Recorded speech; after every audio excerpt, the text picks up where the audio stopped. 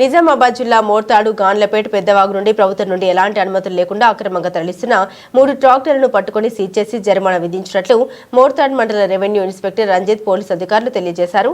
Revenue inspector Ranjith పట్టుకుని తహసీల్దార్ కార్యాలయానికి తీసుకెళ్లగా మోర్తాడు తహసీల్దార్ సత్యనారాయణ 3 ట్రాక్టర్లకు జరిమానా విధించినట్టు తెలిపారు.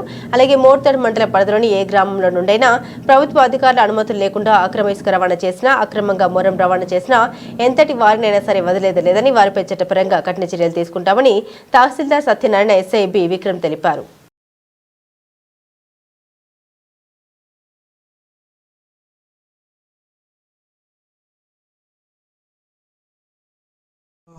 గుడ్ ఈవినింగ్ అండి. ఈరోజు మోర్తాడు మండల కేంద్రంలో ఒక 3 ట్రాక్టర్స్ని మనం పట్టుకోవడం జరిగింది. సో వాటికి సంబంధించి ఎటువంటి అనుమతి లేకుండా వాళ్ళు రవాణా చేస్తూ ఉన్నారు కాబట్టి సో మనం ఆ 3 ట్రాక్టర్స్ని సీజ్ చేసి పెనాల్టీతో ఇంపోజ్ చేసి వాటిని మళ్ళీ రిలీజ్ చేయడం జరిగింది. సో ఫ్యూచర్లో కూడా ఎటువంటి ఇసుక అక్రమాలు జరిగినా కూడా మనం కఠిన చర్యలు తీసుకుంటామని చెప్పేసి ఈ సందర్భంగా తెలియజేస్తాము. Thank you.